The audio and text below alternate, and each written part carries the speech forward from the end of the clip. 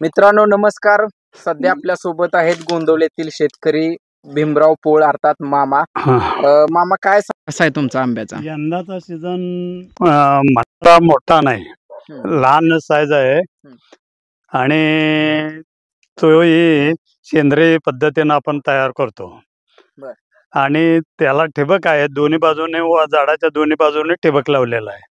पाण्याअभावी आठवड्यातून एक वेळ पाणी मिळतं त्यांना. बाग वगैरे कधी लावलेली तुम्ही? बाग लावून 5 वर्ष झाली. 5 वर्ष. पहिल्या 2 वर्ष काय आंबा नव्हता, तिसऱ्या वर्षी आंबा निघाला आणि चौथ्या वर्षी चांगलं 350 झाडाला 3 लाख रुपये झाले. चौथ्या वर्षाला. आता काय 5 वर्ष आहे? आता 5वं वर्ष आहे, पण 5व्या वर्षाला काय एवढं पैसे होतील असं काय वाटत नाही. फळही कमी आहे आणि यावेळी 2 वेळा मोहर आला. पहिला आला तो चांगला 150 रुपये विक्रीत आंबा गेला. आता दुसरा आहे तो 100 रुपये विक्री चालतोय. तुमच्या आंब्याचं वैशिष्ट्य म्हणजे की जे तुम्ही खाताय ते तुमचं घरची देशी गुर आहेत त्याच वापरता? आम्ही देशी गायचं शेण आणि गोमूत्र याची फवारणी करतो आणि ठिबकद्वारे त्याचं गोमूत्र सोडतो. लरी करून त्याचा काय आंब्याच्या शेतीला कसा फायदा होतो? त्याचा आंब्याच्या शेतीला काळोखी राहते आणि रोग प्रतिक्रिया कमी होती. आंब्याच्या अगोदर तुम्ही मग डाळिंब किंवा बाकीचे का पिकं निवडले नाहीत काय? तसं काय? डाळिंब निवडलं होतं. डाळिंबाचं काय झालं, पहिल्या वर्षी काहीतरी 90,000 रुपये झाले. दुसऱ्या वर्षी 50,000 रुपयाला तोट्यात गेलो. तिसऱ्या वर्षी डाळिंब्याची बागच काढून टाकली. त्याला तेल्या म्हणून रोग आला आणि त्यातच डुबलो. बर. आता ह्याच्यात कसं खर्च वगैरे कसा कमी होतो? कसं त्याचा काय अभ्यास? काय आंब्याला खर्च कमी आहे आणि खर्च कमी असून पैसाही भरपूर होतोय. अजून काय सांगचाल की ज्यांना आंबे शेतीची करायची, कारण ह्याचं पुन्हा वारं सुटलं किंवा फळाचं किंवा मोहरची जी आहे ती थोडी काळजी कशी घेता तुम्ही? मोहरची काळजी त्यावेळी दसपर्णी मारतो आणि परत दसपर्णी अर्क मारल्यानंतर काही दिवसांनी मोहर गळती जरा कमी होती. आता पाणी कमी आहे, मग यंदा कसं काय नियोजन? यंदा पाणी कमी असल्यामुळे काय झाडं जळलेत. एकंदर 350 झाडं होती, त्यापैकी काहीतरी 25 जळले पाणी नसल्या. आता काय ठिबकवरच ठिबकवरच पाणी चालू आहे.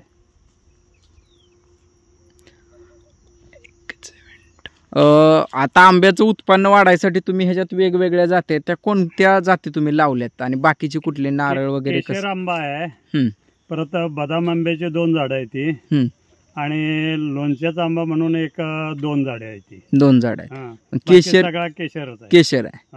मग आंब्यासोबत बाकीची कुठली नारळ? आंब्यासोबत चिक्कू आहे, संत्रा आहे, मोसंबी आहे, सीताफळ आहे, परत अंजीर आहे, परत आपलं कागदी लिंबू आहे, परत लोणच्याचं लिंबू आहे, पेरू आहे. यंदा दुष्काळ पडलाय, तुम्हाला काय फटका बसला? म्हणजे यंदा पाऊसच कमी होता त्यामुळे बाकी तुम्हाला शेतीत कसा फटका बसला? बाकी शेती सोडून आम्ही आंब्याचंच उत्पन्न ठेवलंय. आंबा नारळ याचं उत्पन्न ठेवलंय. शेती 1.5 एकर ऊस मी काढून टाकला, म्हणजे पाणी नसल्यामुळे सुरू होता ऊस तो एक काढून. कारखान्यापर्यंत पोहोचला नाही?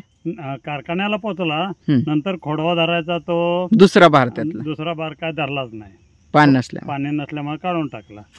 म्हणजे यंदाचा दुष्काळ तुम्हाला चांगला, म्हणजे थोडी अडचणच ठरते. मग ह्या पिकांना ठिबकचंच पाणी? हो, या पिकांना ठिबकचंच पाणी. बर बाबा, आता जर तुमचा आंबा जर शेतकऱ्यांना किंवा ज्यांना खायचं आहे त्यांना घ्यायचं असेल तर मग ती कसं संपर्क साधायचा किंवा कुठं मिळतो किंवा तुमचा मोबाईल नंबर नाव सगळं सांगा. माझा मोबाईल नंबर 97 66 38 38 43. हं. या मोबाईलवर संपर्क साधला तरी आंबा मिळतो. आणि आनंदधाम म्हणून बोर्ड सातारा पंढरपूर हायवेला लावलेला आहे. त्या पंढरपूर हायवेवरती बोर्ड वाचला की तिथून बांध लावलेला आहे बोर्डावरती.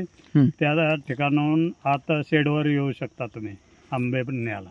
आणि जर समजा सातारला वगैरे असं जर बाहेरल्या माणसांना पाहिजे असेल तर त्यांनी फोन केल्यावर फोन केल्यावर त्यांना मिळतो. ऑनलाईन त्यांनी पेमेंट केले की पाठवता तुम्ही तसं? पाठवू शकत नाही, जागेवर न्यावं लागतं. जागेवर न्यायला. बरं, आता बाकीचा आंबा आणि तुमचा आंब्यात काय फरक आहे, का घेतला पाहिजे ती पण कारण सांगा. हा आंबा आहे तो एक विदाउट केमिकल आहे. त्याला सेंद्रिय सर्व खत आहे.